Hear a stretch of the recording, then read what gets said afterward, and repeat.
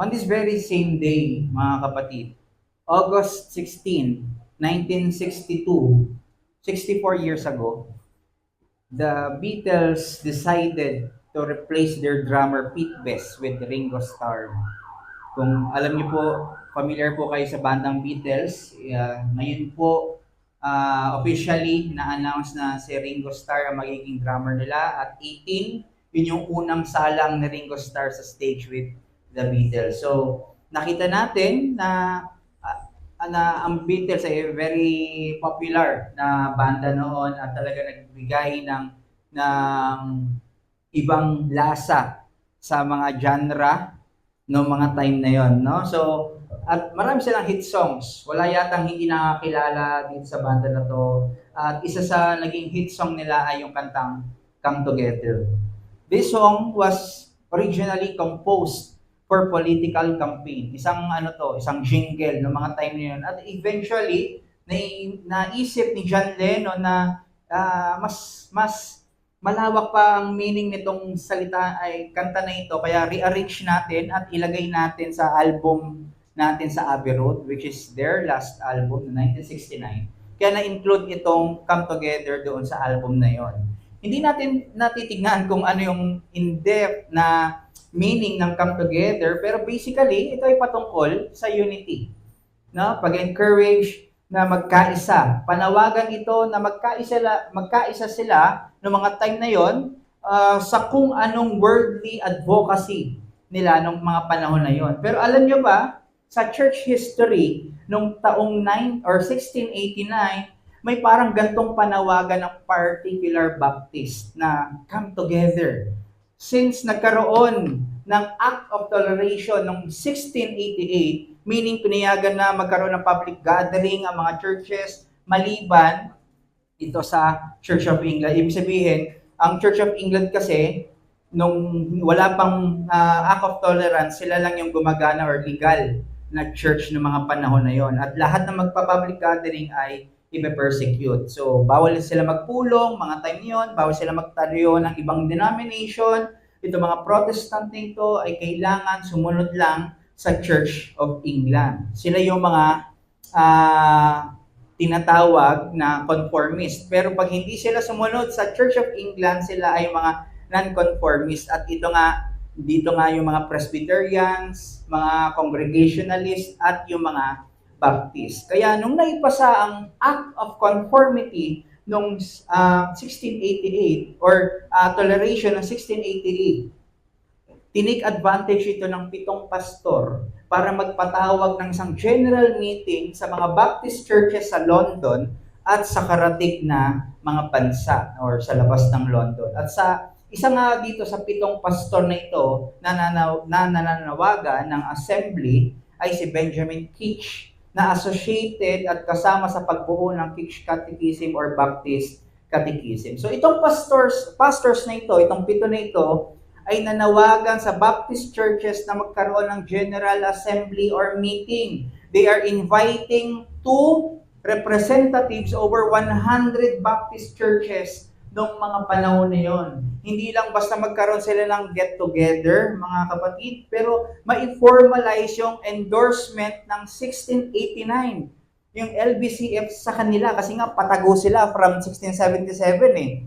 Nung nagkaroon ng Act of Toleration, ayan na, i-formalize na natin yung endorsement na ito na yung ating gagamitin confession of faith. At para may address din kung ano ba yung mga issues na mga time na yon, kung may mga weakness na nangyayari or ano ba yung mga weaknesses na nangyayari sa mga churches na yun na possible na maging problema sa future at para mas lalong lumago yung kanilang mga ministeryo.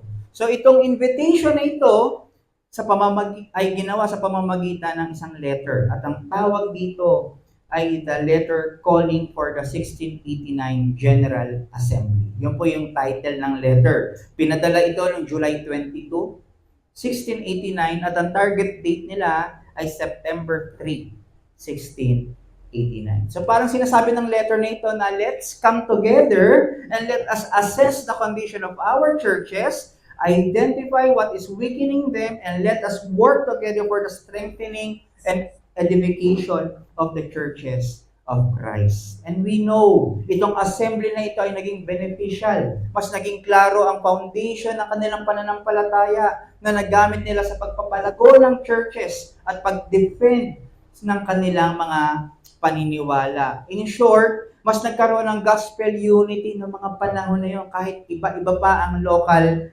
churches nila. At hindi lang nung panahon na yun nag-benefit, kahit pa sa atin ngayon. Nakakatulong ito sa atin para makita kung may error ba tayo na nagagawa ngayon at ma-remind tayo na isang katawan lang din tayo katulad nila na naglilingkod at nagpupuri sa kaluwalhatian ng Panginoon. So tinuturo sa atin ngayon, mga kapatid, dito ang pagkakaisa at pagle-labor ng sama-sama sa Ebanghelyo na hindi tayo isolated pero tayo ay isang katawan na tinawag to build up the church. So itong lesson na ito ay hindi bago sa Baptist churches ng 1689. Pero ito mismo yung itinuturo ng passage natin ngayon, mga kapatid, sa Romans 16:21 to 24. Itinuturo dito ni Pablo na sila ay magsama-sama sa pag-labor sa Panginoon at may express ito sa pagkakaisa at pag-ibig para sa kapurihan ni Kristo. So I invite you to open your Bible muli at samahan niyo po ako sa nabasahin ang Romans 16 verses 21 to 23. 16:21 to 23. This is the very word of God. Timothy, my fellow worker, greets you. So do Lucius and Jason and Sosipater, my kinsmen. I, Tertius, who wrote this letter, greet you in the Lord. Gaius, who is host to me, and to the whole church, greets you. Erastus, the city treasurer, and our brother Quartus greet you.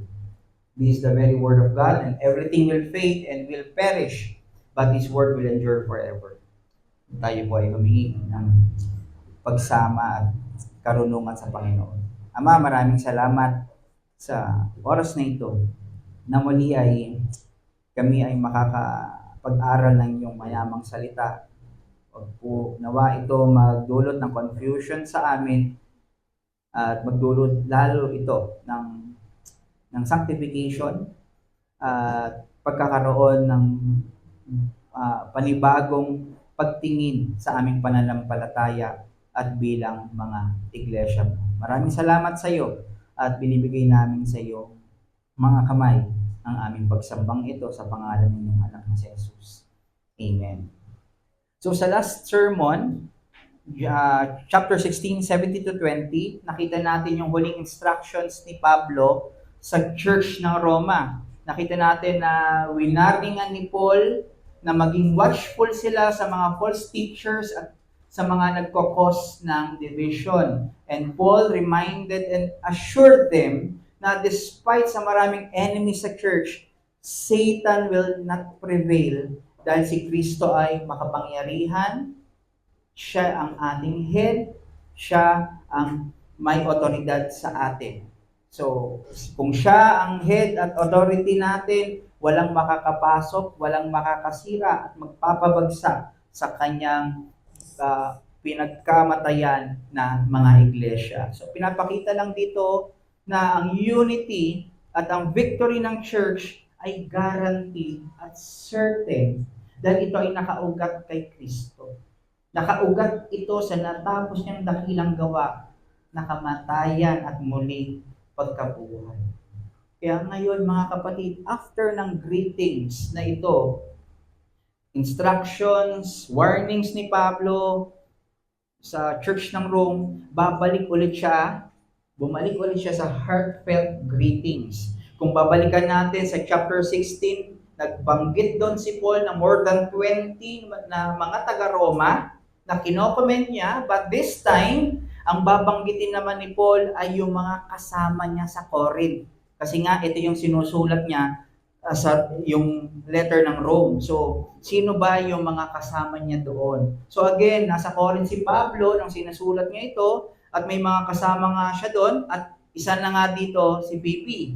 Siya yung magdadala. Pero syempre nauna nang banggitin si Phoebe, ang mga may binanggit pa ulit siya na 8 tao. Ito si Timothy, si Lucius, si Jason, Sosipater, Tertius, Gaius, Erastus, at si Quartus. So I know na marami sa atin ang nakakatapos ng mga movie or TV series. At pag 'di ba pag sa last episode, pag tapos na, pinapakita yung cast ay yung behind the scenes, kung sino yung production, sino yung mga writer, sino yung mga producer, mga cameraman. So parang ganito yung pinapakita ni Pablo sa atin. Ina-acknowledge niya na hindi lang ito ministeryo ni Pablo, pero marami kaming gumagalaw, maraming nagtatrabaho sa ministeryo na ito.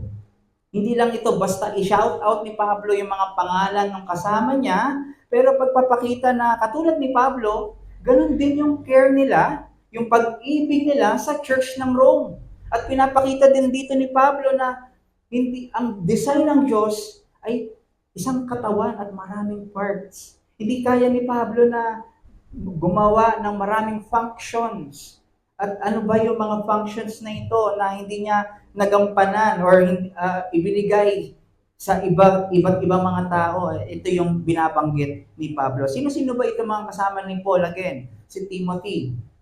Isa siyang disciple ni Pablo. Siya ay more or less 8 years na constant traveling companion ni Paul para sa mga special missions ni Paul. At ito ay by request pa ni Paul na gusto ko kasama si Timothy. Yan. So, ganun yung nangyayari. Unang na-meet ni Paul si Timothy nung nag-mission siya sa Derbe at Lystra. At ang ama ni Timothy ay Gentile. At ina niya ay si Eunice. Sorry. Nung bata pa lang siya, binabasahan na siya ng scripture ng kanyang nanay. And kaya we can say na na-meet ni Paul si Timothy bilang believer na. Maalam na siya sa salita ng Panginoon. May takot na siya sa salita ng Panginoon. Kaya wag nating mamaliitin ang mga ministry ng mga babae din, ng mga nanay, ng lola, ng may wisdom po doon at pwedeng gamitin 'yan ng Panginoon to open their hearts sa grasya ng Panginoon. Okay? So si Timothy rin ay siya rin yung pinatuloy ni Paul para sa mission niya sa mga Hudyo, para hindi siya husgahan ng mga Hudyo. Okay? Bakit hindi tuloy si Timothy? Kasi nga tatay niya ay Gentile. Okay? So, mga time na yun, circumcise ni Paul si Timothy para hindi siya husgahan ng kanya mga i-evangelize. Si Timothy rin ang kasama ni Pablo sa maraming misyon. Sa Philippians 2, sinasabi ni Paul na siya yung same mind at same interest ni Pablo. Sila ay like-minded sa faithful service sa gospel. In fact, ang turing nga ni Pablo kay Timothy ay isang anak at siya ay isang ama. Sa 1 Timothy 1:3, si Timothy ang pinadala ni Pablo sa Ephesus para magpastor doon. Siya yung ini-encourage ni Paul na huwag hamakin ang pagiging bata niya at siya rin ang sinabihan ni Paul na sa 2 Timothy 4:2 na i-preach ang gospel in season and out of season. And he must reprove, rebuke, and exhort with complete patience and teaching. And we know sa Hebrews 13, nakulong din si Timothy sa pag-preach ng gospel. So we can say si Timothy, ang closest companion, closest fellow worker, and a friend ni Apostle Paul. Sinasabi ni Paul dito sa mga taga-Roma, binabati kayo ng closest associate ko, ng aking best friend, kung meron tayong matatawag na gano'n, na si Timothy. Next na binanggit niya si Lucius. Probably siya yung nabanggit sa Lucius of Cyrene na nangangaral sa church ng Antioch sa Acts 13. Okay? Sila rin yung church na nag-send kila Pablo para sa mission, sa first mission nila. Then, binanggit din dito si Jason. Parang ano lang. Siya yung nabanggit sa Acts 17 na nakatira sa Thessalonica.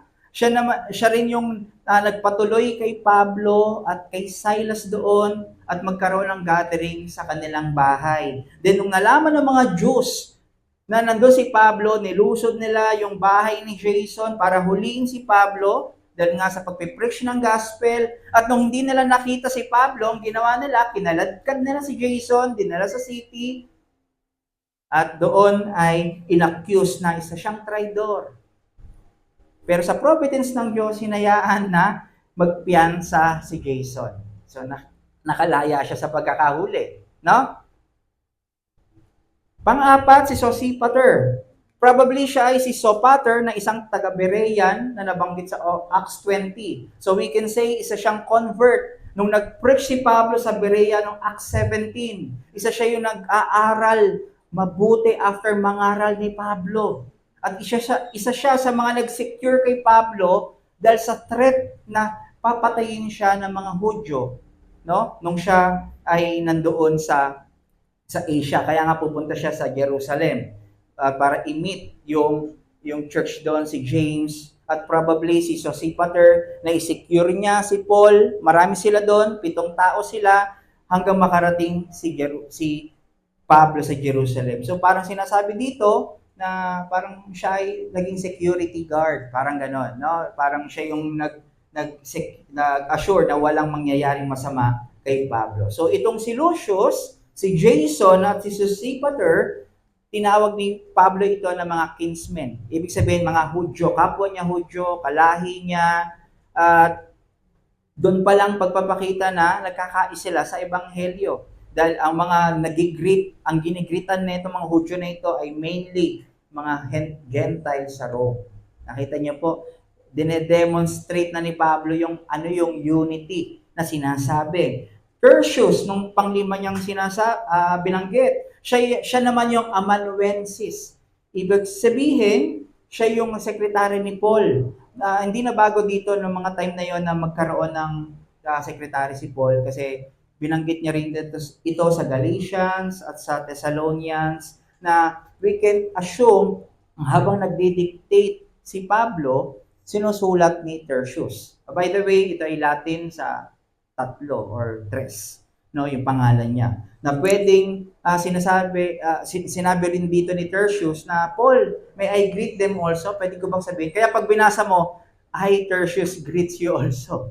No, para sinabi, siya yung nagsusulat eh. Paul, pag-greet din ako. Di ba parang tayo, pag may dinalaw na isa o regard sa kanila. So, may parang ganon yung nangyayari po dito. At si Tertius, pwede rin natin maisip na isa siyang alipin. Kasi nung kultura dati sa Roman, pag sila ay bumibili ng slave, ang pangalan nila ay by number, si Primus, Secundus, si Tertius, Quartus, yan, no? Pictus, ewan ko kung may Pictus ba. Pero, Quintus, di ba? Yan yung mga So, ibig sabihin kung slave, mahirap siya. Okay? So, titignan natin mamaya. Again, bakit ko binigyan ng diin yon. Then, imagine si Tertius, yung pagiging amanuensis niya, sobra yung focus niya at full attention habang nagsasalita si Pablo na hindi pwedeng may mamiss siya. Bakit? Hindi lang basta masulat niya, pero nag-enjoy din siya sa doctrines na itinuturo ni Pablo sa kanya at sa kanyang skill ng pag-scribe. Na-enjoy natin ang Romans. Hindi magulo, hindi kulang-kulang. Di ba? So, tutok na tutok si Tertius. Kaya yan ay paggamit ng Panginoon sa kanya. Si Gaius, pang-anim, siya naman ay nag-host kay Paul at sa church doon sa Corinth ng mga panahon na yon. So, may house church silang tinutuluyan, si Paul at mga believers sa Corinth. At ito nga yung bahay ni Gaius. Ito yung nagpapakita ng hospitality ni Gaius sa kanila na para pagdausan ng gathering at worship. Hindi ito basta no choice na, sige, dito na lang kayo. Pero nakikita natin na delighted siya na makita na sama-samang nagpupuri ang mga mananampalataya doon sa Diyos kahit na delikado yung kanilang buhay, kahit na maraming nagpa-persecute sa kanila. At kahit bilang may-ari ng bahay, alam niyo madudumihan, masisira sa CR, yung gamit nila sa bahay, hindi ganun kaayos na, no? Pag dinatnan na nila or iniwan na nila yung bahay. So pagpapakita ng talagang hospitality ni Gaius sa kanila na hindi na niya iniisip yung kanyang sariling possession or kanyang bahay. Pangpito, si Erastus, sinabi rito, isa siyang city treasure, isa siyang convert, na public official. Ibig sabihin, mayaman naman ito. At kasama niya doon, kasama siya ni Timothy nung sinend sila ni Pablo sa Macedonia para tignan yung mga pangangailangan ng Macedonia. So we can see na kahit may katungkulan sa public, may vocation, hindi naging sagabal ang pag-serve nila sa Ebanghelyo. Kahit meron silang trabaho, hindi sa loob ng church, hindi pa rin ito naging hadlang para sa pag-abot at pagpapalaganap ng Ebanghelyo. Si Quartus, si Quattro, again, siya, ang Latin word ito ng ika-apat. So we can say, isa rin siyang mahirap, at salungat ito ni Erastus na mayaman. Pero tignan niyo po, pinakilala siya ni Pablo na our brother. Bakit? Kasi yun ang pinaka-significant na identity ng isang taong na kay Christ. Na walang insignificant na tao sa church. Na ayun, sa mga nobody yan. Hindi. Our brother yan. Na kahit ngayon mo lang na-meet, kahit hindi kayo ka-close, kahit sobrang magkaiba kayo ng mga preferences, yung age nyo ay may gap, kapatid ko yan. Ganun yung nangyayari dito at tinuturo sa atin. Kiniklaim niya na magkapatid tayo kahit na hindi tayo, marami tayong pagkakaiba sa ating buhay. So itong mga taong ito, they live the gospel. They live the love of Christ. They serve. They edify. And they maintain the unity. And they are united na parang bang mga sinulit na hinabi-habi. Kaya yung title natin ngayon, we are woven in the Lord. At merong dalawang bagay na dinedemonstrate sa atin itong passage na ito. Una, gospel relationship is designed to be personal. We can notice na nagbanggit si Pablo ng mga names. Last time, more than 20, ngayon, 8. Pwede nating sabihin, pwede namang sabihin na kinakamusta kayo ng mga kasama ko dito. Okay lang naman yon mga kapatid. Pero mas gusto ni Pablo yung formal na makilala sila ng church ng Rome. Hindi lang basta para ipakilala, pero para sabihin sa kanila ni Pablo na kilala sila ng church sa Corinth. Kilala sila ng mga kasama ni Pablo sa ministeryo. Hindi lang sila na isang church na parang parang significant, acquaintance lang. Hindi lang ganun kababaw. Pero merong deep at intimacy ang kanilang relationship kahit hindi sila magkakilala. Anong ginagawa ni Pablo dito, mga kapatid? Binibreak ni Pablo ang wall. Pwedeng isipin ng Corinth na mas mayaman kami. Yung Jerusalem naman, nandito naman si Christ dati. Dito siya lumaki, dito siya nagminister. Pero hindi yun ang naging basihan. Inaalis yung wall. Sa atin, mas nauna kami, nag-church sa inyo, kailan kayo na-covenant? Hindi yun.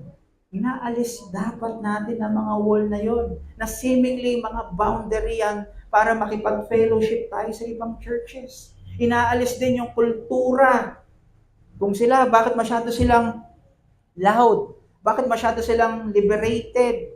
Tayo, conservative tayo. Pero hindi dapat yun hindi yun na maging boundary at wall natin sa fellowship natin sa kanila. In short, inaalis ni Pablo ang pagiging stranger nila sa isa't isa. Tinuturo sa kanila ni Pablo na hindi porket malayo silang church sa isa't isa, wala na silang pakialamanan. Though, hindi inaalis dito ni Pablo yung autonomy, pero ang pinapractice niya ay Catholicity. Pinapakita ni Paul sa church sa Rome na parehas lang silang katawan ni Kristo, Walang mas mataas, walang mas magaling sa kanila. At sinabi ni Paul sa kanila, you are now Christians and now you need each other. Kailangan nyo ang bawat isa. Na seemingly hindi nila naiisip, kailangan ba namin yung church sa Rome? Yung Rome, kailangan ba na, ano naman kung sino kayo dyan sa Corinth? Meron naman kaming sarili dito. Hindi po ganun, nagwo-work ito. Ang sinasabi dito, we have to practice na kahit nasa iba't ibang churches tayo, kilalanin natin na lahat tayo ay nasa loob ni Kristo. So we have to take note. Believers are woven together by the gospel in deep commitment. Believers are woven together by the gospel in deep commitment. Imagine, sila ay dating mga hiwa-hiwalay na sinulid, pero ngayon interconnected na. They committed their life para sa ministry. Kapag sinabing they committed their life, lahat ng area ng buhay nila. Hindi lang sa puso, pero pati din sa mga skills, sa resources. Tignan niyo po yung mga nabanggit kanina ni Pablo, si Lucius, yung skills niya sa pagtuturo. Si Jason at Gaius, inoffer niya yung bahay nila para mapagdausan ng worship at matuluyan ni Pablo na wala siyang bahay ng mga panahon na yon. Si Sosipater, ginamit niya yung sarili niya para maging, in a way, maging security guard nga ni Pablo. Si Tertius, yung skills niya mag-transcribe, mahirap yun na hindi paulit-ulit siguro si Pablo no sa kanyang ano nga ulit, talagang focus. Si Erastus, pwedeng yung yaman niya, in-offer niya sa mga needs, sa Macedonian, mga believers doon. Si Quartus, pwedeng kahit yung presence niya sa fellowship, encouragement na yon sa mga believers. Na dahil nga wala siyang pera, pero nandun siya nananalangin. Nandun siya, present siya sa ministry ni Paul, na kung ano yung kailangan ni Paul, pwede niyang gawin. Maging extension siya ni Paul sa mga Bible study doon. So ito yung plano ng Diyos. Binigyan niya tayo ng gifts, skills, resources para gamitin sa Kanya, hindi mainly para sa atin. Pero dahil sa kasalanan, ginamit natin yung skills at resources para sa ating sariling kagustuhan. Inangkin natin yung sarili natin, ito mga ito para sa ating sariling agenda. Kaya tayo ngayon ay pinalaya at tinubos ng Panginoon para yung ating service ay maibigay sa Kanya. Nakita po ba natin, dinedemonstrate nito ang Romans 6 na they now serve a new master and He is Jesus Christ, our Lord. Even yung sarili natin, dahil sa kasalanan, inangkin na natin yung buhay natin. Ayaw natin magpasakop sa Diyos. Ayaw natin ng otoridad ng Kanyang salita. Kaya pinamumunuan na natin yung buhay natin. Ang gusto lang natin, ang gusto nating masunod. Kaya sinasabi sa Romans 7, pinalaya tayo para mamunga sa Panginoon. Inalis tayo sa relasyon natin sa kasalanan. At ngayon ay kinasal na kay Kristo. Kaya kung kasal na tayo kay Christ, yung mga gusto na natin ngayon ay yung mga bagay na gusto rin ni Kristo. At isa dito ay gusto niya magkaroon ng relationship na may sincere commitment. Relationship na nag-i-impart ng buhay, katulad na lang ng pagbibigay ng buhay niya sa ating mga makasalanan. He gave Himself unto us para bigyan tayo ng kaligtasan. He died for us para magkaroon tayo ng buhay na ayon sa kalooban ng Diyos. Minsan naiisip natin, magbabagong buhay na ako. Kung dati dito sa street na to, ngayon dito na ako sa street dadaan. Hindi po. Ang bagong buhay na sinasabi dito ay doon sa street or daan ng Diyos. Hindi ka mamimili sa maraming options na kailangan mong daanan. Ang dadaanan mo ay nare-redirect ka muli sa daan papunta kay Christ. Kasama si Kristo. So ang punto ko lang, Christ died for us so that we can do things for God. Meaning we cannot do things for God on our own. Kinakailangan natin si Christ. at yung kanyang ginawa para magawa natin yung kalooban ng Diyos na pinilano niya sa buhay natin. Apart from Christ, we can do nothing. We cannot love sincerely. We cannot offer our lives. Kasi wala tayong pinagbabasehan. Walang pag-ibig na naibigay sa ating puso. Kaya tignan niyo po, yung 8 tao na to na binanggit ni Pablo, kasama si Pablo, syempre, sila ay committed sa kanilang ministry, sa pagpapalaganap ng Ebanghelyo, dahil yun ay sa ginawang commitment ni Christ sa kanyang mission nung siya ay nasa mundo. Ang kanyang commitment na gawin, sundin ang kalooban ng Ama, passive and active obedience, i-perfect ang Decalogue, at maging sacrifice sa krus para sa ating mga makasalanan. Committed siya doon. Hindi niya tinakasan. Hindi siya nag-retaliate. Hindi siya nag-murmur, bakit ang hirap naman ng pinapagawa sa akin. Pero willfully and delightfully, delighted ang kanyang puso na gawin iyon para sa kalooban ng Ama at para sa kaligtasan natin. Kaya personal yung relationship ni Christ sa atin. At nawa, maging personal, ito yung sinasabi ni Pablo na maging personal ang relationship ng mga Corinthians at ng mga taga-Rome. Kasama kasama lahat ng mga mananampalataya doon, meron na silang personal na relationship kay Christ, kaya doon nakaugat kung bakit sila nagkakaroon ng personal na relationship sa bawat isa. Ang minomortify na sin dito ay pagiging stranger natin sa isa't isa. We are created to be in companionship, di ba? Kay Adam at kay Eve. Kasi pag stranger tayo sa church, we treat na wala tayong relationship. Walang mapoproduce na unity at love. Di tayo mamumunga dun. Yes, we are strangers in the world, pero hindi natin dapat dalhin yan sa church. Do not be strangers with one another. We need one another. Hindi natin kayang lumakad mag-isa kay Christ. Kailangan mo nang mag-a-admonish sa'yo. Kailangan mo nang magre-rebuke sa'yo. Kailangan mo nang mag-guide sa'yo kay Christ. When our emotions are high, nabibigyan na tayo sa advices ng kapatid natin. Tinitignan natin na, ay, judgmental ka. Ay, pinapersecute mo na ako. Pinupwersa mo na yung gusto mo sa akin. Or iniisip natin, nangihimasok ka na sa personal kong buhay. Pero nakakalimutan natin na binigay sila ng Diyos para magising tayo. Para maibalik muli yung paningin natin kay Christ. Maibalik muli yung tenga natin to hear the Word of God. Church, we need Nathan na nagpapaalala kung gaano kabigat yung ginawang kasalanan ni David when he committed adultery with Bathsheba and murdered Uriah. At nakita natin na gamit yun ng Diyos para maisulat ang Psalm 51 na may tunay siyang repentance. And we need Samuel kay Saul na nag-call out ng paulit-ulit na paglabag ni Saul sa salita ng Diyos. Pero dahil sa kasalanan, dahil walang personal na relationship, si Paul or si Saul ay nagpatuloy pa rin sa paggawa ng sarili niyang kalooban. Nakita niyo po yung pagkakaiba nilang dalawa ni David. Parehas may nagko-call out, pero magkaiba ang response. Nag-response David ng pagsisisi. Si Saul, mas pinatigas niya pa ang kanyang puso.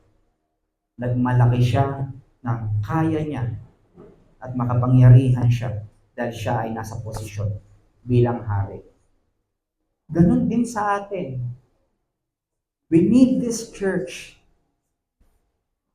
We need our brethren to look for us from time to time. Dahil sa sariling gratification, naiisip na natin na hiwalay tayo sa church.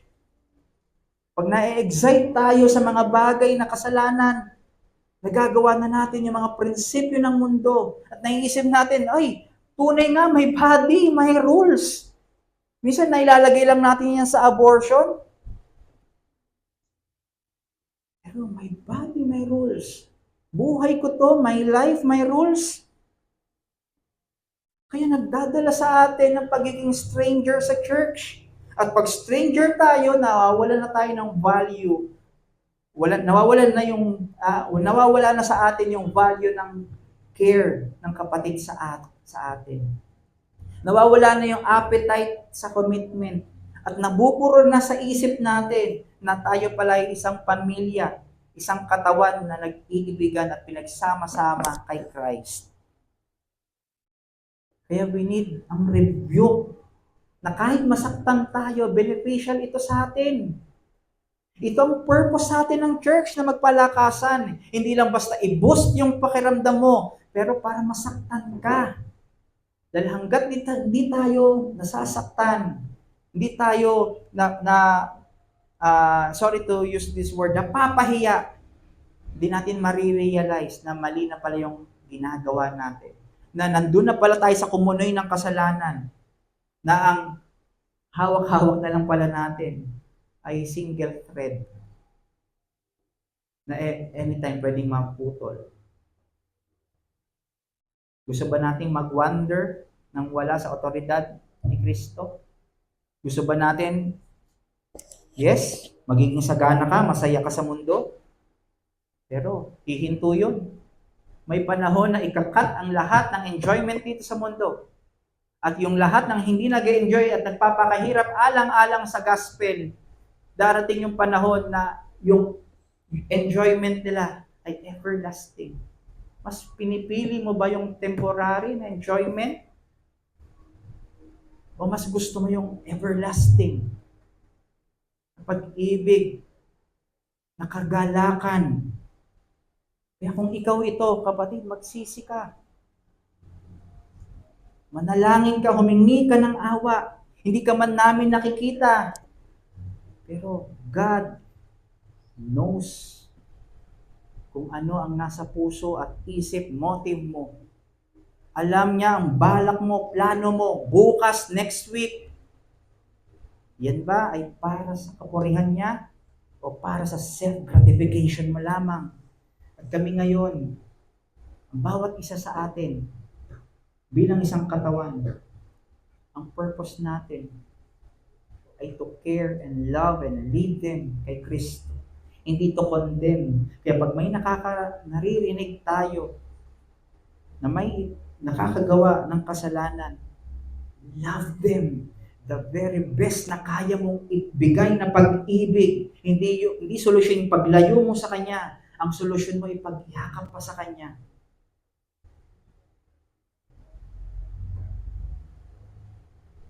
Ito yung purpose natin. Dahil walang pwedeng iba na mas makakaintindi at magkakaroon ng sincere na affection sa atin pag tayo ay nasa ganong sitwasyon sa pagkakasala, kundi tayo mga nakatingin lang kay Christ na may pag-ibig ni Kristo. Kaya ito yung challenge. We have to cultivate deep relationship in the church. Hindi natin inaalis yung friendship sa mga non-believers. Pero kung may i-value tayo highly, kung meron tayong i-cultivate na relationship, ito ay yung sa kapatid natin sa pananampalataya. Katulad sa passage natin, they invest their whole life para sa mga hindi nila namimit pa, sa mga hindi nila kilala personally, pero alam nila may sinulit na nagdudugtong sa kanila at ito ay ang ginawa ni Kristo sa krus. Their love sa kanila dahil kay Christ, or ang pag-ibig nila na mula kay Christ, transcends over cultural differences at preference. At ganun din sa atin, church. Di dahil magkakaiba tayo ng taste or may bad history tayo, wala nang relationship. Magiging stranger na lang tayo sa isa't isa. Wala na tayong pakialamanan. Hindi ito yun, mga kapatid. Ang tinuturo sa atin, again, ang challenge, initiate a personal relationship. Be friends with one another. Kung nasaktan man tayo, be friends with him, with her. Hindi lang sa iilan. Hindi dapat natin tignan na they deserve our love. our service, our forgiveness. Hindi nila deserve yon. Pero ito ay obedience natin sa Diyos. Kaya nila deserve yon dahil ito ay pagsunod at pagkilala sa salita ng Panginoon sa buhay natin. They deserve to be loved dahil hindi dahil deserve nila ang love, pero dahil sila ay pinagkamatayan, follower, pamilya ng Diyos. Wala tayong karapatan na alisin sila at kilalaning stranger. Wala tayong karapatan na i-stumble sila. Ang gagawin natin, again, ang prinsipyo ng Romans 12, 13, 14, 15 ay as if may pagkakautang pa rin tayo sa Kanya sa pag-ibig. Walang hanggan na pag-ibig. Kahit tayo ay nasaktan niya, na-offend tayo, kailangan pa rin natin siyang ibigin katulad ng ginawa ni Christ. Tayo ay hindi natin siya kilala, weak tayo, makasalanan, pero Romans 5, He gave Himself para sa atin. Mamatay para sa atin. At ganun din dapat gagawin natin sa ating mga kapatid. Number 2, tinuturo rin dito, gospel relationship is designed to reflect God's glory. Again, ang relasyon natin bilang mananampalataya ay personal. At para ma-express natin ito, we use our gifts. Para sa mga kapatid, hindi lang, uy, mahal kita, uy, fist bump tayo, yakap tayo. Hindi. Use our gifts para sa ating mga kapatid. Ang tanong, binibigay ba natin yung best natin? Ano ba yung gift natin? Ang gift natin ay magbigay ng comfort or umattend sa Kanya, sa mga nangangailangan. Bigay natin yung best natin doon. Hindi lang ito, ay hindi siya deserve sa aking oras. Ayoko na siyang kausap, ibibigay ko na lang sa iba. Hindi. Imagine, gano'n rin tayo ni Christ ngayon. Baka walang tumagal sa atin dito. Baka walang, kung isusulat dito kung sino yung karapat dapat na atenan niya dito, walang pangalan na lalabas. Pero dahil sa kanyang mabuti pa siya, na pinagkamatayan kanya, nasa isip kanya nung siya ay nasa krus, we have given the right na ituring tayo niyang pamilya at ituring na kanyang mga kapatid. Andito po tayo sa panahon na baliktad na ang tingin ng pagiging Kristiyano. Nung first century, kapag sila ay nagiging Christian, alam na nila na katapusan na ng convenience nila. Even katapusan na ng buhay nila. Andiyan na yung simula na ng persecution, torture, nagsisimula na yung threat ng kamatayan, simula na yung pagtakwil sa kanila ng pamilya nila ng mga non-believers. Imagine, mga Jewish sila, ikaw mako-convert, papalayasin ka or even papatayin ka. At pwede rin, sa conversion nila, pag sila ay nag-mission sa gospel, alam nila na hindi na sila makakabalik sa kanilang mga pamilya. Pero ngayon, mga kapatid, gusto nilang maging Kristiyano para guminhawa yung buhay. Gusto kong maging Christian para yumaman na ako. Gusto kong maging Christian para gumaling na ako sa sakit. Para sumaya na ako sa buhay ko. Para hindi na ako mag-isa, marami na akong kapatid at napupuntahan doon. Walang masama yung ginhawa. Ito, sumaya sa buhay. Wala naman pong masama doon. Pero kung ito ang motibo mo, sa iniisip mong gusto mong pumasok sa Christianity o sa church, maling purpose po ito. Dahil we became Christians dahil sa ginawa ni Christ. At nagbubunga ito ng selfless na submission.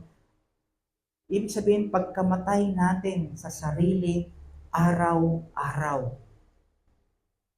Hindi natin pipiliin na mabuhay para sa sarili natin araw-araw.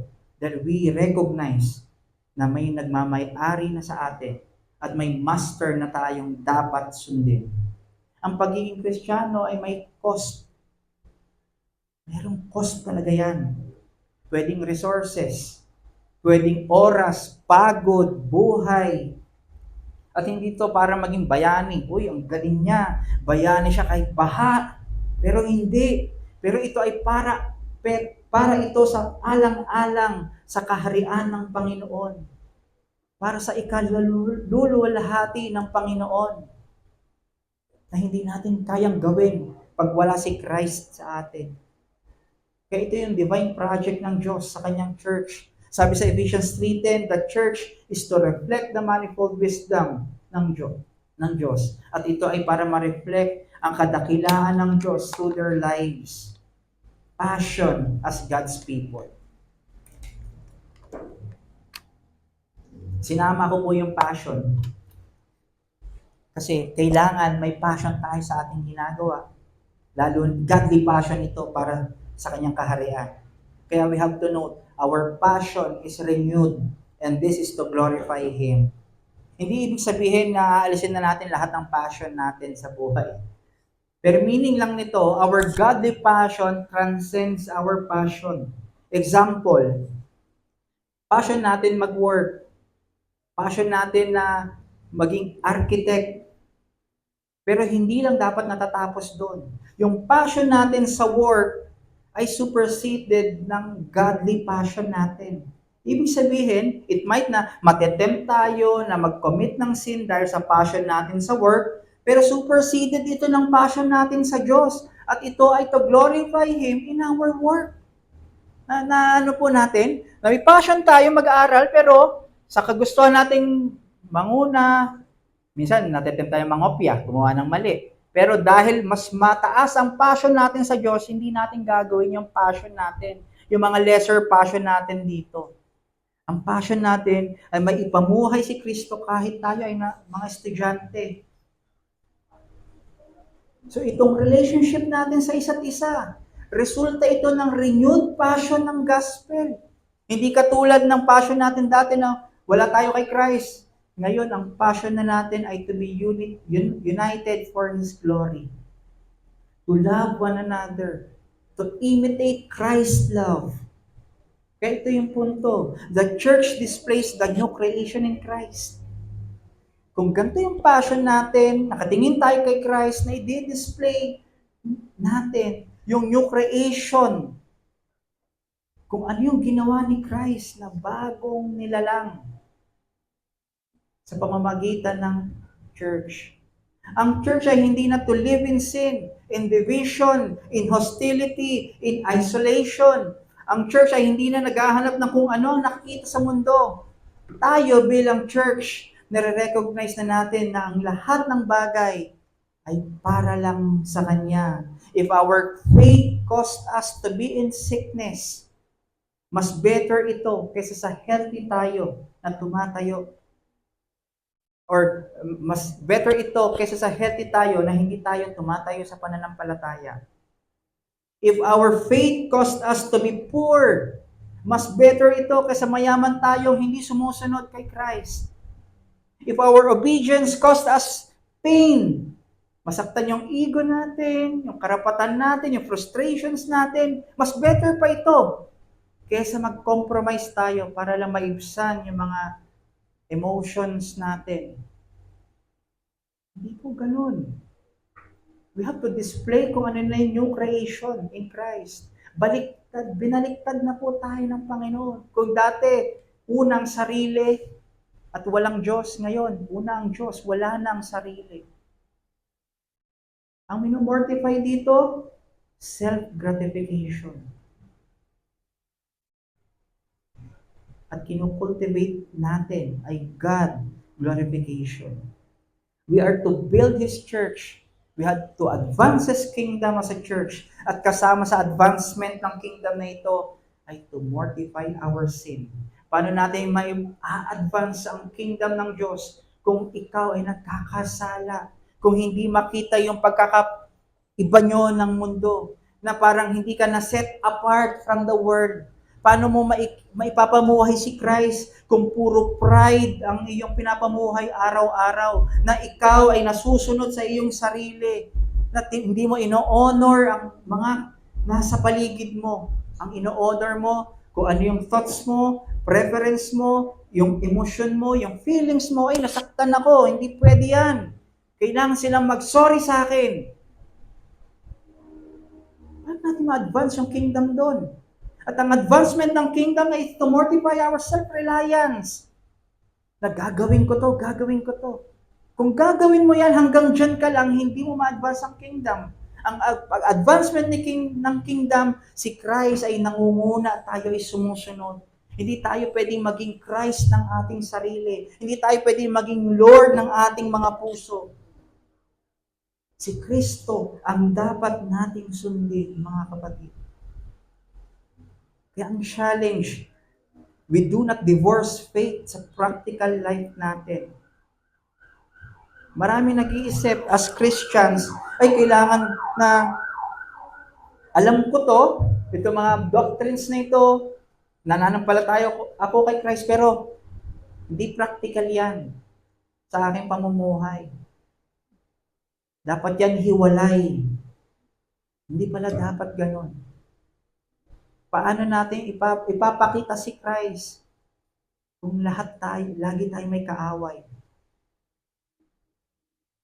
Yung alam natin ng mga doktrina at theology, dapat maipamuhay natin in our practical life. At doon lang magkakaroon ng difference sa buhay mo between ikaw at ang mundo.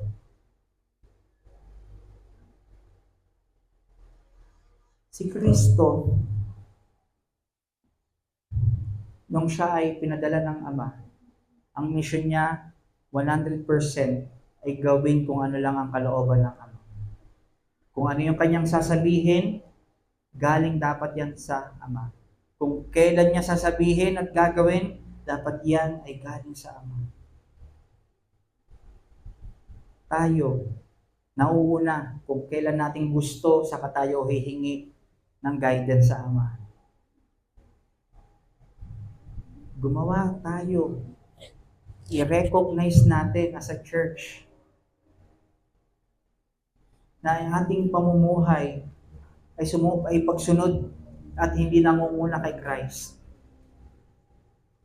Kahit pa matagal, seemingly parang boring, KJ, parang ikaw lang yung gumagawa o tayo lang gumagawa sa marami mong kasama sa society or kung saan man.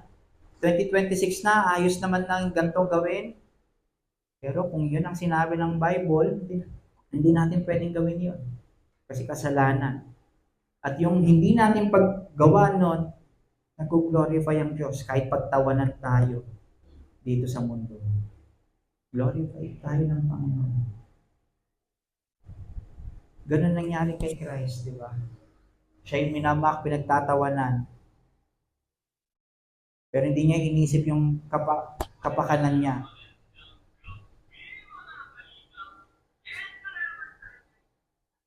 Nagpatuloy pa rin siya na maging seryoso sa kanyang ministry. Nagpatuloy pa rin siya na siya ay nagpapasakop, tinitignan kung siya ba ay nasa right track, kung ano ang plano ng Ama. Hanggang sa kanyang kamatayan, din niya naisip, may point ba talaga na mamatay pa ako, pwede naman nating sa gawing maligtas sila kahit sa salita lang natin. Pero sa wisdom ng Panginoon, kailangan ng isang innocent lamb. Isang tao na perfect na mamamatay para sa atin. Para sa lugar natin. Kailangan ng isang dugo na inosente para maghuhugas sa atin. Hindi kayo pwedeng hugasan ng elder para kayo ay maligtas. Dahil makasalanan din siya. Kahit sama-samang lahat, kahit sila mga kilala natin mga theologians, makasalanan lahat sila. Ang kailangan natin si Christ. Dahil siya lamang ang nagtatanggal ng kasalanan at nagbibigay ng buhay na walang hanggan. At para sa mga wala pa kay Christ, na nandito ngayon, nakikinig, hindi mo kailangan na ipakita or may mapatunayan sa Diyos. Hindi mo kailangan na isacrifice ang sarili mo para sabihin, sumusunod talaga ako sa iyo. Wala po tayong pinagkaiba sa Matthew 7 kung gano'n. Ang kailangan mo ay yung pagsunod at sakripisyo ni Kristo para ikaw ay maligtas, manampalataya ka sa ginawa niya na pagsunod. Perpekto yun, di katulad ng ginagawa natin ngayon. Na wala tayong ma-perfect sa kahit anong pagsunod sa Diyos. Kailangan natin si Christ. Dahil siya lang ang nakapangyarihan. Siya yung inappoint at binigyan, ginrant ng Ama na bigyan or magbigay ng buhay na walang hanggan sa lahat ng mananampalataya sa Kanya. Earned ito. Itong righteousness na ibinibigay, mga kapatid, mga kaibigan ko. Earned niya ito sa krus ng Kalbaryo. Pinaghirapan niya ito at He is willing to give you freely yung kanyang ginawa at katwiran. Kaya kung ikaw, kapatid, umaasa sa iyong sariling kakayanan, bitawan mo po yan at hindi ka may liligtas niya. Manampalataya ka kay Kristo, pagsisihan ang iyong ginawang mga kasalanan at tignan na siya ang mainam lamang, hindi ikaw. At siya ang may kapangyarihan para ikaw ay maligtas. At para sa ating church, bilang ating response mamaya, nawa ay ma-humble tayo sa salita ng Panginoon ngayon. Huwag po tayong magmalaki na hindi para sa atin ito. Huwag natin isipin na may reasons tayo kung bakit natin hindi nagagawa ito.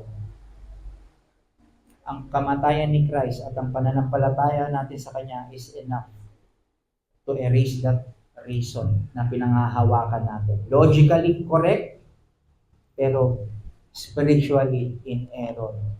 Dahil kung yan ay in sin, hindi mo pwedeng i-justify na gumagawa ka ng sin dahil sa iyong mga sitwasyon lamang. Nawa ay mapapurihan tayo ng Panginoon sa ating narinig na mensahe. Let us pray. Maraming salamat.